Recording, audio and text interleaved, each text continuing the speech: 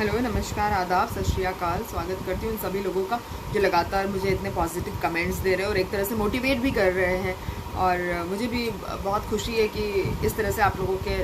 Views मिल रहे हैं और बहुत अच्छे रिस्पॉन्सेज मिल रहे हैं। सारे ही यूट्यूब पे और फेसबुक पे और इंस्टाग्राम पे आप लोग लगातार मुझे फॉलो कर रहे हैं। इसके लिए मैं आपका दिल से धन्यवाद करती हूँ और बहुत बहुत आभार व्यक्त करती हूँ कि आप इतना ज़्यादा मेरे वीडियोज़ को पसंद कर रहे हैं और इतनी पॉजिटिविटी शो कर रहे हैं। Seriously it's really commendable for all of you out there. और मैं कोशिश करती हूँ कि मैं एक विश्लेषणपूर्ण जानकारी आपको दे सकूँ। आगे आपकी मर्ज़ी, आप कितना समझ रहे हैं, कितना समझ पा रहे हैं, या आपके ऊपर डिसाइडेड है। लेकिन एक अच्छी पॉजिटिविटी और एक अच्छी एनलाइटमेंट भरी जानकारी मुझे आप थ्रो करना और बताना मुझे बहुत पसंद है। और जो काम मैं बहुत अच्छे से बखूबी से निभा रही हूँ, मुझे ऐसा लगता है। और आप लोग भी बहुत अच्छे से एक पूरी न्यूज़ का, एक पूरी जानकारी का और जो भी देश में हो रहा है घटनाओं का, पूरे घटनाक्रम का एक विश्लेषणपूर्ण जो है मैं आपको एक पूरा जो जानकारी दे रही, विश्लेषणपूर्ण जो मैं आपको सिलसिलेवार तरीके से पूरी घटनाक्रम और न्यूज़ को बताती हूँ, कभी कभी स्टोरी के फॉर्म में बताती हूँ। और आज मैं आपको कांग्रेस के CWC की मीटिंग के बारे में बताऊंगी कि एक्चुअल में क्या हुआ है। और काफ़ी सारे नेशनल इंटरनेशनल मुद्दों पे मैं बात करने वाली हूँ। ऐसा बताया जा रहा है कि बिहार में सबसे पहले जो निर्वाचन आयोग है, भारतीय निर्वाचन आयोग है, उन्होंने जो इस साल के हमारे नवंबर में चुनाव आने वाले थे, उनकी डेट्स तो अभी तक फिलहाल फिक्स नहीं हुई है, लेकिन जो चुनाव की डेट है वो बिहार में टल सकती है, ऐसा सुनने में आ रहा है। या आगे पीछे हो सकती है, या नेक्स्ट ईयर में शायद बिहार के चुनाव होंगे, ऐसी खबर सुनने में आ रही है। देखा गया कि JDU के जो कार्यकर्ता हैं, उन्होंने बीजेपी के एक नेता जो है, उनके जो मेरठ से है, जो मंगल पांडे आई गेस, उनकी सभा में JDU के कार्यकर्ताओं ने बहुत हुड़दंग मचाई पिछले दिनों। और उनका कहना था कि जब सारे विधायकों का नाम है तो JDU के विधायक जिनके एरिया में वो सभा खास तौर पे हो रही थी, तो उनके विधायक का, JDU के विधायक का नाम पोस्टर पे क्यों नहीं है, ऐसा उनका मानना था। इसलिए ये बहुत ज़्यादा उपद्रव मचाया गया। और शुक्रवार को ही निर्वाचन आयोग ने बताया है कि जो चुनाव है वो टल सकते हैं। और जबकि वहाँ पर जो JDU के नेता है हमारे JDU के राष्ट्रीय जनता दल के RJD के नेता जो है हमारे तेजस्वी यादव, उन्होंने बताया है कि जो मतदाता हैं उनका बीमा होना चाहिए, क्योंकि चुनाव में मतदाता ही एक महत्वपूर्ण भूमिका निभाते हैं। तो मतदाताओं का बीमा होना बहुत ज़रूरी है और मतदाताओं को जो है पूरी तरह से सिक्योर रखना ये निर्वाचन आयोग का कर्तव्य है। उन्होंने ये भी बताया कि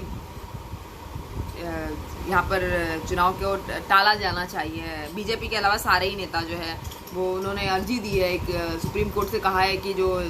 चुनाव है इनको टाल देना चाहिए, क्योंकि अभी चुनाव कराने का कोई मतलब नहीं है। और क्योंकि कोरोना का संक्रमण इतना ज़्यादा है, बिहार में बहुत ज़्यादा पीक पे है कोरोना, तो बीजेपी के अलावा सभी पार्टियां सोच रही है कि यहाँ पर, क्योंकि बाढ़ भी है, कोरोना भी है, दोनों ही चीज़ें हैं। बाढ़ भी आपको पता है बहुत ज़्यादा बाढ़ आई, कोसी नदी हो, भगवती नदी हो, गंडक नदी हो, सभी नदियों में बहुत बहाव बहुत तेज़ है और बाढ़ जो है लगातार बिहार में चल रही है। और कोरोना की मार तो बिहार वाले झेल ही रहे हैं। तो ऐसे में जो वहाँ पर RJD है, JDU है और भी जो दूसरे दल है, उन्होंने बीजेपी के अलावा जो दल है उन्होंने ये कोशिश की है कि चुनाव जो है टल जाए। आगे देखने वाली बात होगी कि सुप्रीम कोर्ट क्या चुनाव को टालती है, या चुनाव जो है वो फिक्स समय पर ही होंगे, तो समय ही बताएगा। लेकिन फिर भी बहुत ज़्यादा हुड़दंग जो है वो मचाई गई। और सिर्फ एक पोस्टर पे नाम ना होने की वजह से विधायक का जो है JDU के जो कार्यकर्ता हैं, उन्होंने बीजेपी की पूरी जो सभा थी और जो एड्रेसिंग थी उसको एक सत्यानाश उसका कर दिया। और उनका कहने का मतलब था कि जब सारे नेताओं के नाम हैं तो फिर हमारे नेता का नाम क्यों नहीं है। तो ये देखने वाली बात हुई कि बिहार चुनाव में क्या प्रवासी भारतीय जो है वो वास्तव में बीजेपी को सपोर्ट करते हैं या नहीं करते हैं। क्योंकि बीजेपी को ऐसा लगता है कि प्रवासी भारतीयों को, क्योंकि बीजेपी ने सपोर्ट नहीं किया था, तो डेफिनेटली प्रवासी भारतीय जो हमारे मजदूर वर्ग है, जो बिहार के पैदल बॉम्बे से, दिल्ली से पैदल बिहार पहुंचे हैं, शायद वो अब बीजेपी को कभी सपोर्ट नहीं करेगी। और इस बात का एहसास कहीं ना कहीं बीजेपी को है, इसलिए शायद बीजेपी पहले से ही बहुत ज़्यादा चुनाव प्रचार में जुटी हुई है और अपने कामों को बहुत सीरियसली इस तरह से ले रही है बीजेपी। और समझ में आ रहा है कि बीजेपी जो है पूरी तरह से एकदम सिंसियरिटी के साथ में इस बार काम करना चाहती है, क्योंकि जो बीजेपी ने अपने लॉकडाउन के स्टार्टिंग में जो कारनामे दिखाए हैं उससे जो मजदूर वर्ग है, मजदूर तबका जो है, मजदूर वर्ग बहुत ज़्यादा परेशान है और बहुत ज़्यादा बुरे दिन देखे हैं मजदूर तबके ने कहीं ना कहीं। इसलिए मजदूर तबका चाहता है इस बार जो है वो बीजेपी को कहीं से कहीं तक खड़ा ना करे, वोट ना दे। और ये चीज़ें जो है बीजेपी के बहुत जल्दी समझ में आ गई है, इसलिए बीजेपी बहुत जल्दी बढ़ चढ़ के जो है प्रचार करना चाह रही है। खैर ये तो बात है एनडीए, आरजेडी और जो भी जेडीयू के नेता हैं वो पीछे पड़े हुए हैं निर्वाचन आयोग के। तो ये तो होगी बिहार की बात, देखते हैं सुप्रीम कोर्ट क्या इस पर फैसला लेती है। उसके बाद में हम देखेंगे कि एक तरफ तो वर्चुअल स्टडीज़ जो है यूपी में हो रही है, वर्चुअल स्टडी जो स्वयं प्रभा चैनल मैंने आपको बताया था, और भी मैंने आपको एक दूरदर्शन बताया था यूपी का, जहाँ पर ऑनलाइन क्लासेस चल रही है। 9वीं से लेकर 12वीं तक की क्लासेस जो है ऑनलाइन दिखाई जा रही है दोपहर में और शाम को 4 बजे, और फिर रात में फिर दोबारा से प्रसारण किया जा रहा है। लेकिन दूसरी तरफ देख रहे हैं कि एनसीईआरटी की किताबें जो है मेरठ के प्रतापपुर ज़िले से जो है एनसीईआरटी की फर्जी किताबें छापती हुई और फर्जी किताबें जो है पुलिस ने पकड़ी है। और ऐसा बताया जाता है कि एक बीजेपी का नेता है, उसी के जो सतीश गुप्ता नाम है, उसी की ये फर्जी किताबें छापने की दुकान उसी ने लगाई हुई थी। और ये बिहार के एसपी और पुलिस ने पकड़ लिया है पूरा की पूरा नेक्सस। और sorry UP, it's my mistake, UP के जो एसपी है और यूपी की जो पुलिस है उन्होंने ये नेक्सस पकड़ लिया है। और अब देखते हैं कि बीजेपी के नेता को कब तक बीजेपी की सरकार बचा पाती है। इसी तरह जो बीजेपी के दूसरे नेता है एलन बेलवाल करके हैं, उन्होंने तो एक चिट फंड टाइप की एक फर्जी इंश्योरेंस कंपनी बिना आईआरडीए के परमिशन के, एक आईआरडीए की परमिशन लगती है किसी इंश्योरेंस कंपनी को खोलने के लिए, तो बिना आईआरडीए के परमिशन के उन्होंने एक फर्जी कंपनी जो है वो खोली है। और एक फर्जी कंपनी खोलने की वजह से जो है 1 करोड़ 74 लाख का कुछ उन्होंने बीमा जो है गरीबों का किया है, जो पूरी तरह से एक ठगी का मुकदमा बना हुआ है, क्योंकि इस कंपनी का कोई रजिस्ट्रेशन नहीं है, कहीं पर इस कंपनी का कोई लीगल एविडेंस नहीं है कि कंपनी कहाँ रजिस्टर्ड हुई है। लाइसेंस नंबर जो है कंपनी का वो अभी समझ में नहीं आ रहा है। इसलिए पुलिस जो है यूपी की वो सतर्क हो गई है और फिर से जो है यूपी सरकार जो है अपने नेता को शायद बचा लेगी, ऐसा समझ में आ रहा है। लेकिन एलन बेलवाल करके ये बंदा है जो बीजेपी का नेता भी है, तो ये एक फर्जी कंपनी फिर से यूपी में सामने आ रही है। अगर हम इंटरनेशनल खबरों की देखें तो पाकिस्तान जो है वो चाइना के आगे झुक गया है और चाइना से पाकिस्तान भीख मांग रहा है, जो कुछ उसको कुछ रुपए वापस करने हैं,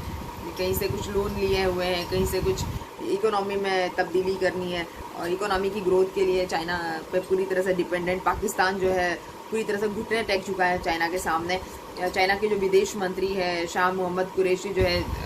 चीन के सामने 3 प्रस्ताव लेके गए। पहला प्रस्ताव तो ये है कि चीन से उनकी सैन्य साझेदारी हो जाए पाकिस्तान की, क्योंकि पाकिस्तान पर कभी भी अटैक हो सकता है नेपाल की तरफ से, भारत की तरफ से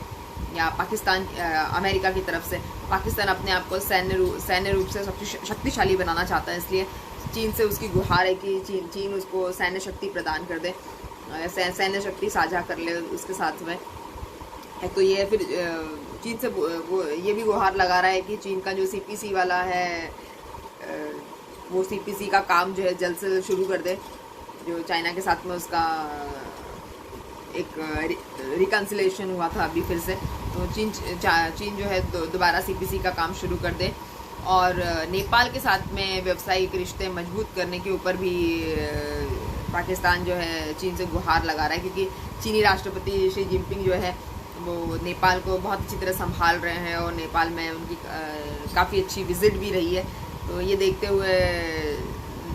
पाकिस्तान चाहता है कि नेपाल से इनके जो है व्यावसायिक रिश्ते बन जाए। इस तरह की सारी चीज़ों के चलते हुए पाकिस्तान को चाइना के सामने कुछ चीज़ें जो है उजागर करनी पड़ी और चाइना को ये भी बताना पड़ा कि दाऊद इब्राहिम जो है वो एक्चुअल में पाकिस्तान के पास ही है और पाकिस्तान में ही उसको शरण दी गई है। 4 बार 92 से लेकर तो 2020 तक 4 बार अलग अलग जगह से, कराची से, रावलपिंडी से, लाहौर से, पहले लाहौर से फिर कराची से, 2 बार रावलपिंडी से जो है दाऊद इब्राहिम को पासपोर्ट जारी किया गया और दाऊद इब्राहिम का पाकिस्तानी सिटीजनशिप नंबर भी है। तो ऐसे में चलते चल अचल संपत्ति का भी ब्यौरा, बहुत सारे टेररिस्ट का जो है चाइना को पाकिस्तान ने दिया हुआ है। तो ये सारी चीज़ें सामने जैसे ही आई है वैसे ही दुनिया में हड़कंप मच गई है कि इस तरह का जो आतंकवादी है, इतना बड़ा नामचीन आतंकवादी जो है, उसको लगातार अपने यहाँ रहने से पिछले 30 साल से जो है पाकिस्तान मना कर रहा है, पिछले 30 साल से कि दाऊद इब्राहिम उनके पास नहीं है। और आज अचानक जो है इस तरह की जानकारियाँ दे रहा है, जबकि इस तरह की जानकारी हमेशा इंटरनेशनल फोरम पे हर देश को देनी पड़ती है और जिसमें हमेशा पाकिस्तान ने मना किया है कि उसके पास में दाऊद इब्राहिम नहीं है। दाऊद इब्राहिम जो है कभी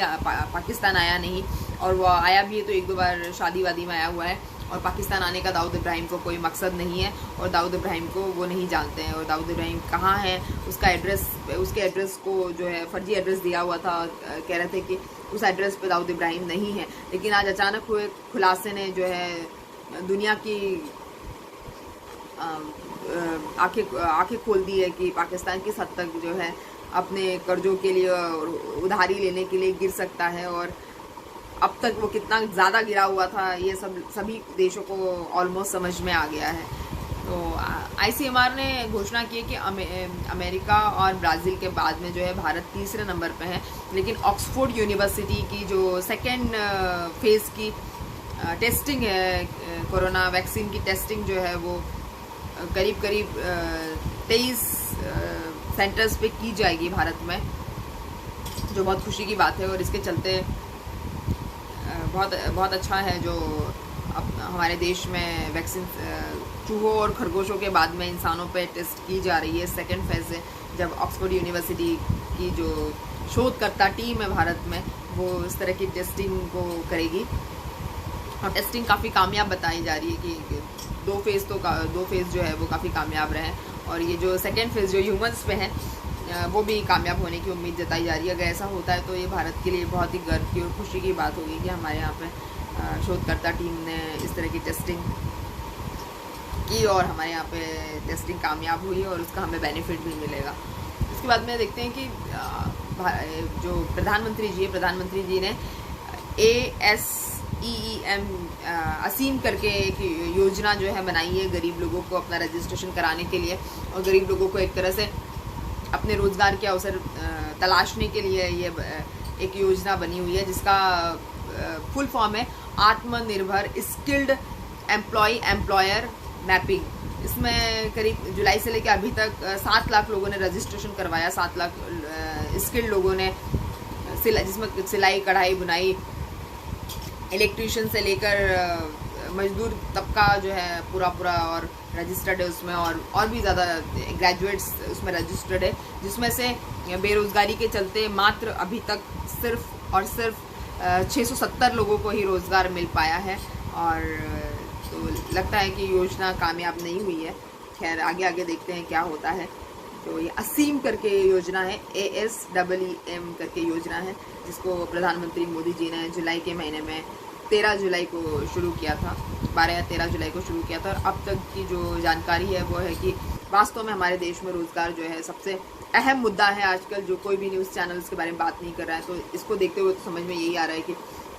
रोज़गार जो है बहुत अहम मुद्दा बन चुका है और इसको कोई भी मानने को तैयार नहीं है कि किस तरह से रोज़गार जो है अहम मुद्दा बना हुआ है। उसके बाद हम देखते हैं कि हमारे यहाँ पे चाइना जो है वो हमारे देश के सामने झुकता हुआ नज़र आ रहा है हमको और खबर आ रही है कि चाइना पीछे हटने को तैयार है और चाइना किसी भी तरह की डिमांड्स भारत से करने के लिए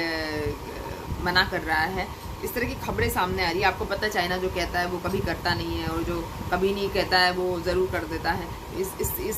उसके पिकुलियर बिहेवियर से पूरी दुनिया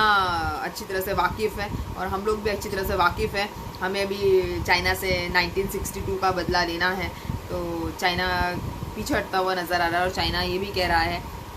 कि उसको भारत से किसी तरह की परेशानी नहीं है और किसी तरह की उसकी भारत से कोई किसी तरह की डिमांड्स नहीं है, ऐसा वो कहता हुआ प्रतीत हो रहा है। लेकिन दूसरी तरफ हम लोग देखते हैं कि चीन अकेला भी पड़ गया है, क्योंकि भारत के साथ में लगभग सभी देश भारत के साथ में आ गए हैं। इजराइल ने भारत को लॉजिस्टिक देने का वायदा किया है। इजराइल जो है चीन का एकदम कट्टर दुश्मन है। इजराइल ने भारत को लॉजिस्टिक देने का वायदा कर दिया है। उसके बाद फ्रांस से ऑस्ट्रेलिया ने भी बड़े तल्ख तेवर अपनाए हैं चाइना के खिलाफ। उसके बाद में हम देखते हैं अमेरिका, ब्रिटेन, जापान, सारे ही देश चाइना से बहुत ज़्यादा परेशान है और चाइना को बिल्कुल सपोर्ट करना नहीं चाहते और चाइना से किसी तरह की बातचीत करने के लिए तैयार नहीं है। ऐसे में चाइना खुद को बिल्कुल अकेला देख रहा है। छोटे छोटे टापुओं के सहारे आखिर चाइना कब तक चलेगा? श्रीलंका, म्यांमार, मालदीव जैसे टापुओं के सहारे, नेपाल और भूटान जैसे टापुओं के सहारे मेरे ख्याल से चाइना का चल पाना बहुत मुश्किल है। इंटरनेशनल मार्केट में चाइना का टिक पाना बहुत मुश्किल है। अमेरिका ने भी चाइना के काफ़ी ऐप बैन कर दिए हैं, इंक्लूडिंग टिकटॉक। तो जो चाइना को अगेन एक बहुत बड़ा लॉस है कि चाइना का ऐप जो है अमेरिका में भी बंद हो गया है। और उसके बाद में हम देखते हैं कि जो भूटान है, भूटान का जो पूर्वी इलाका है उस पर चीन की नज़र बहुत समय से थी और 1984 से अब तक भूटान और चाइना के बीच में करीब 24 मीटिंग्स हो गई है और 24 मीटिंग्स में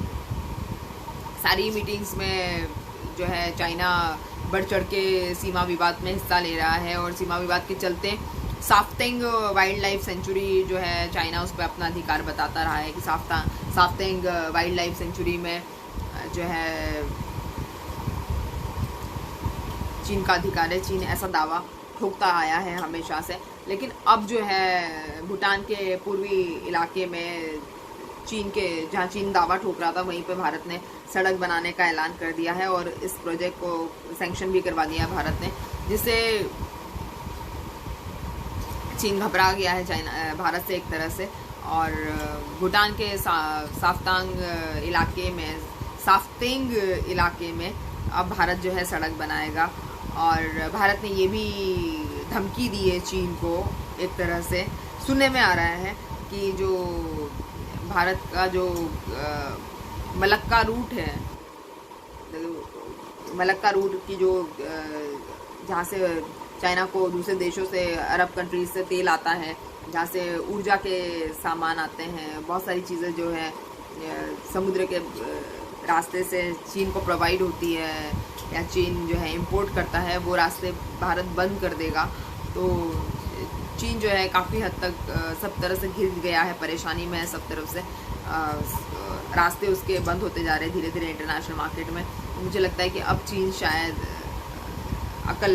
आ चुकी है चीन को और अब चीन शायद सुधर चुका है, ऐसा देखने में आ रहा है। लेकिन आपको फिर से पता है कि चीन कभी भी अपने शब्दों पे, अपनी बातों पे आमादा नहीं रहता है और हमेशा वो यू टर्न मार देता है। तो अब देखना होगा कि चीन कब यू टर्न मारता है, ये काफ़ी देखने लायक बात होगी। उसके बाद हम देखते हैं कि हमारे यहाँ पे कांग्रेस जो है आपस में ही लड़ रही है, तो क्या कांग्रेस एक बेहतर विपक्ष बन सकती है? ऐसा अगर कांग्रेस आपस में ही लड़ती रहेगी तो शायद कभी भी एक बेहतर विपक्ष नहीं बन पाएगी, क्योंकि कांग्रेस के 23 नेताओं ने एक चिट्ठी लिखी है, जिस चिट्ठी में उन्होंने सोनिया गांधी से गुहार की है कि कांग्रेस का नेतृत्व बहुत सुस्त है और वो चाहते हैं कि कांग्रेस का नेतृत्व एक एक्टिव नेतृत्व हो और राहुल गांधी पीछे बैक सीट पे बैठ के ड्राइविंग ना करे। अगर राहुल गांधी अध्यक्ष बनना चाहते हैं तो वो फ्रंट सीट पे बैठ के ड्राइविंग करे, पीछे वाली सीट पे बैठ के राहुल गांधी ड्राइविंग ना करें। ऐसा 23 बड़े नेता, जो जिसमें से 5 मुख्यमंत्री भी रह चुके हैं, केंद्रीय मंत्री भी रह चुके हैं, इस तरह के नेता जो है गुहार लगा रहे हैं। सुनने में तो आ रहा है कि टोटल 330 नेता थे, लेकिन उनका नाम अभी डिस्क्लोज नहीं किया गया। और इस तरह की खबर जो इंडियन एक्सप्रेस ने पिछले बीते 2 दिनों से लगातार छापी है, जिसमें कांग्रेस के नेता जो है काफ़ी डिसअपॉइंटेड नज़र आ रहे हैं, जिसमें कपिल सिब्बल और भी, मेरे पास पूरी लिस्ट है, मैंने रेडी किया, उसमें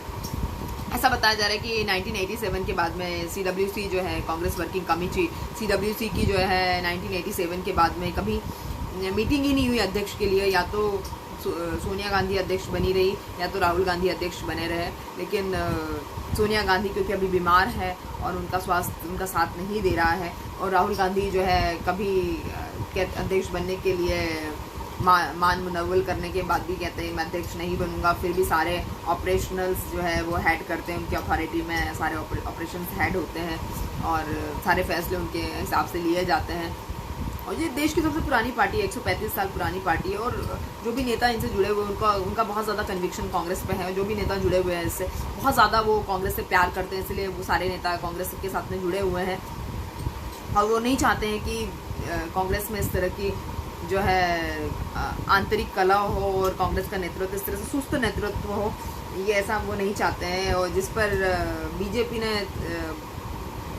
बहुत मज़े लूटे हैं, और बीजेपी का मानना ये है कि कांग्रेस वंशवाद की परंपरा को फॉलो करता है। कांग्रेस जो है एक वंशवाद के सिद्धांत पर चलने वाली पार्टी है, इसमें टैलेंट का कोई लेना देना नहीं होता। जबकि बीजेपी का ये मानना है कि उनके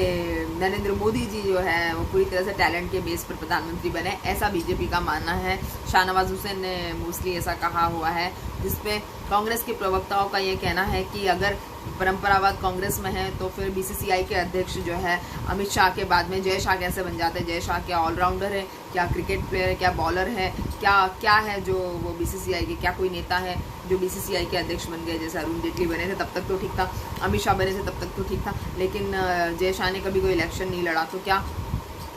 जय शाह का BCCI का अध्यक्ष बनना ज़रूरी था, या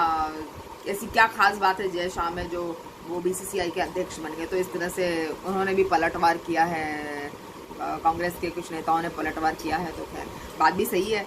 तो कांग्रेस के जो बड़े नेता हैं जिन्होंने ये लेटर लिखा, उनका मैं नाम पढ़ूंगी। गुलाम नबी आज़ाद, वीरप्पा मोइली, अरविंदर सिंह लवली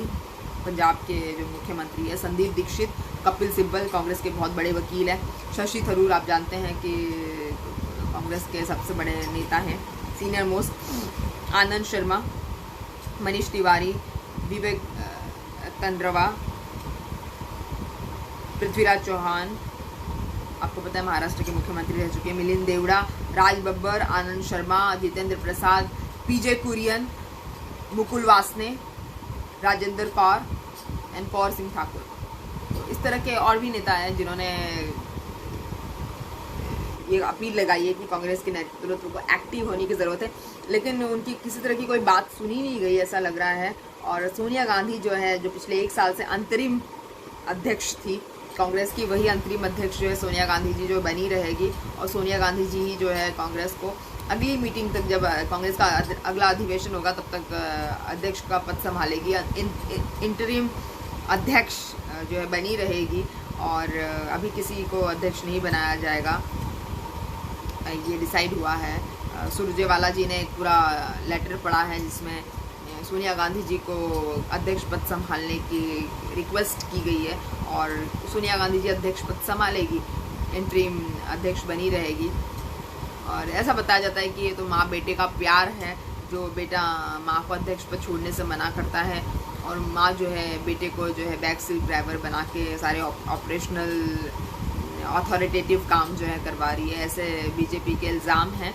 ये कब कहाँ तक सही है वो तो हालांकि पता नहीं है, लेकिन बीजेपी काफ़ी इस मुद्दे से मज़े लूट रही है कि जो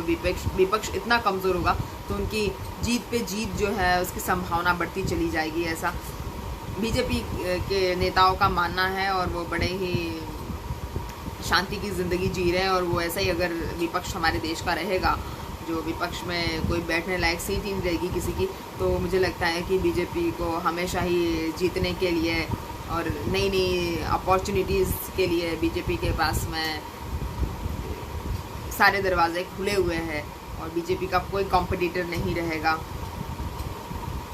वैसे भी कोई कॉम्पिटिटर नहीं है। 2014 से कांग्रेस 6 साल हो गए, कांग्रेस ने बढ़ चढ़ के कभी हिस्सा नहीं लिया। कांग्रेस अगर अंदरूनी ही आपस में ही कलह चलता रहेगा, आपस में ही नेता लड़ते रहेंगे, आपस में ही नेतृत्व का प्रॉब्लम है और बहुत सारे क्राइसिस अगर नेता झेलते रहेंगे, तो अपने कांग्रेस में जो उनकी कन्विक्शन को एक आहत पहुंची है और सोनिया गांधी को उनके लेटर लिखने से आहत पहुंची है, तो देश को कैसे संभालेंगे, देश की प्रॉब्लम्स को कैसे विपक्ष समझेगा, ये बहुत ही अहम मुद्दा जो है बहुत सारे न्यूज़पेपर्स ने उठाया है। मैंने देखा है बहुत सारे न्यूज़पेपर्स ने लिखा है कि जो 135 साल पुरानी पार्टी है उसने ऑलमोस्ट अपना अस्तित्व जो है खो दिया है और 6 साल से बहुत इनएक्टिव है। या तो मोदी जी का जो अपने आप को मीडिया के सामने प्रेजेंट करने का तरीका है, मोदी जी के जो एक ऑरेटर वाली जो एक उनकी छवि है और एक जो उनको गिफ्ट ऑफ द गैप जो मिला हुआ है, जो हिंदी का इतना अच्छा प्रयोग वो करते हैं एक आम आदमी तक अपनी जो है पूरी कन्विक्शन के साथ में अपनी बात को पहुंचाने के लिए, जो मोदी जी जाने जाते हैं पूरी दुनिया में, उसका मुकाबला शायद कांग्रेस कर पाने में असक्षम है और कांग्रेस उनका मुकाबला अक्षम होने की वजह से नहीं कर पा रही है और कोई कर भी नहीं पाएगा शायद, क्योंकि मोदी जी उन नेताओं में से एक हैं जो सीधे पब्लिक के दिल और दिमाग तक पहुंचते हैं और मोदी जी का जो स्टाइल है, जो मोदी जी का जो एक तरीका है, जो उनकी वाकपटुता है, जो उनका एलोक्वेंस है, जो इनका ढंग है बातचीत करने का, जो चीज़ों को रखने का ढंग है, जो झूठ बोलने का ढंग है, जो उनका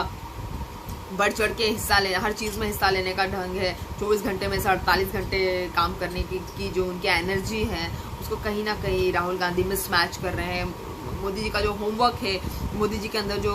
एक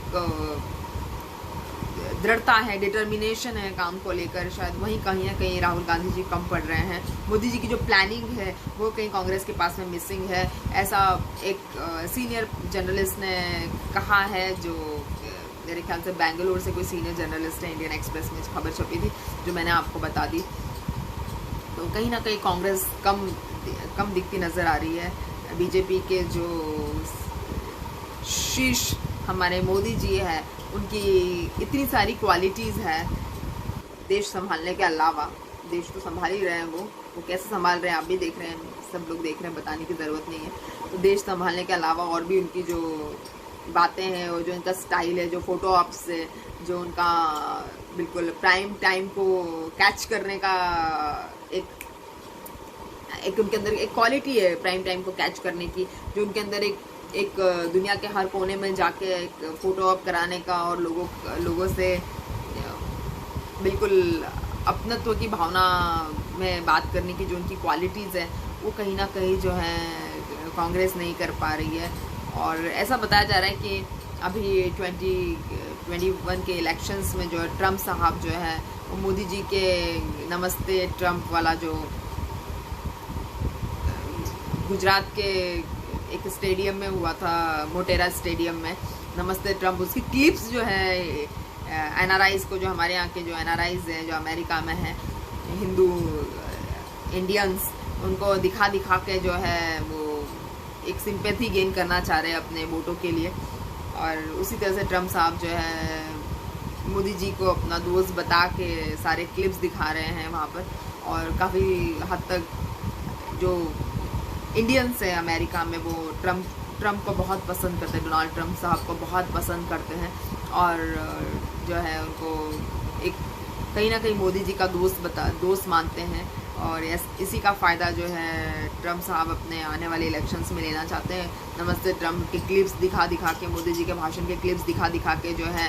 वो एक फेवरेटिज्म जो है पब्लिक के बीच में अपना बढ़ा रहे हैं और पब्लिक की सिंपैथी और पब्लिक का अपनत्व ग्रहण कर रहे हैं। जैसे मोदी जी किया करते हैं, वैसे ही ट्रम्प साहब ने भी मोदी जी के फंडे अपना लिए हैं। तो इसी सब की तारीफ़ करते हुए इंडियन एक्सप्रेस में लिखा गया है कि मोदी जी की जो बहुत सारी खूबियाँ हैं, जो उनकी एनर्जी है, जो उनका लगातार जो है मीडिया में फोटो आप से जो उनका प्राइम टाइम कवरेज है, जो किसी भी देश में रहते हैं तो हमारे देश के प्राइम टाइम को वो मैच कर लेते हैं, किसी भी देश में रहते हैं तो हमारे देश के प्राइम टाइम के हिसाब से ही वो काम करते हैं और उनको पता है प्राइम टाइम की वैल्यू क्या है, जो कांग्रेस कहीं ना कहीं टाइम मैनेजमेंट करने में भी असमर्थ पाई गई है, असफल पाई गई है। और कांग्रेस जो है बहुत कुछ मोदी जी से सीख सकती है जो वो नहीं सीख रही है। और सारी चीज़ें सीखने में भी असक्षम और असफल कांग्रेस दिखाई दे रही है। कांग्रेस का नेतृत्व जो है बहुत ढीला हो चुका है और नेता जो है कांग्रेस के सारे नेता जो मैंने आपको सारे नाम गिनाए 23 के 23 नेता जो है वो एक बहुत ज़्यादा सॉलिड वाला नेतृत्व चाहते हैं, बहुत ज़्यादा एक एक्टिव नेतृत्व चाहते हैं, जो काफ़ी उनको सुस्त नेतृत्व मिल रहा है। और वो काफ़ी बड़े नेता हैं जो MP रह चुके हैं, जो CM रह चुके हैं और उनको अब इलेक्शंस भी आने वाले विधानसभाओं के, तो वो चाहते हैं कि उन्हें भी कोई अच्छी जगह मिले, वो भी अपने आप को सत्ता में देखना चाहते हैं। इसीलिए उन्होंने सोनिया गांधी से गुहार लगाई थी, लेकिन उनकी जो गुहार है उसका रिस्पांस जो उनको उसी नेतृत्व की तरह ठंडा मिला है।